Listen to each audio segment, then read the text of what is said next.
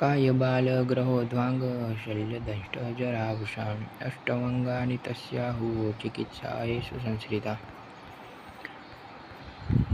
એના પછી वायुपित्तं कफश्रेति त्रयो दोषा समासतः विकृता देहं दन्ति ते वर्तयन्ति च ते व्यापिनोऽपि हन्नाभ्यो अधो मध्योऽधो संश्रयः द्वयो रात्रिभुक्ताना ते अन्तमध्यादिगाक्रमात्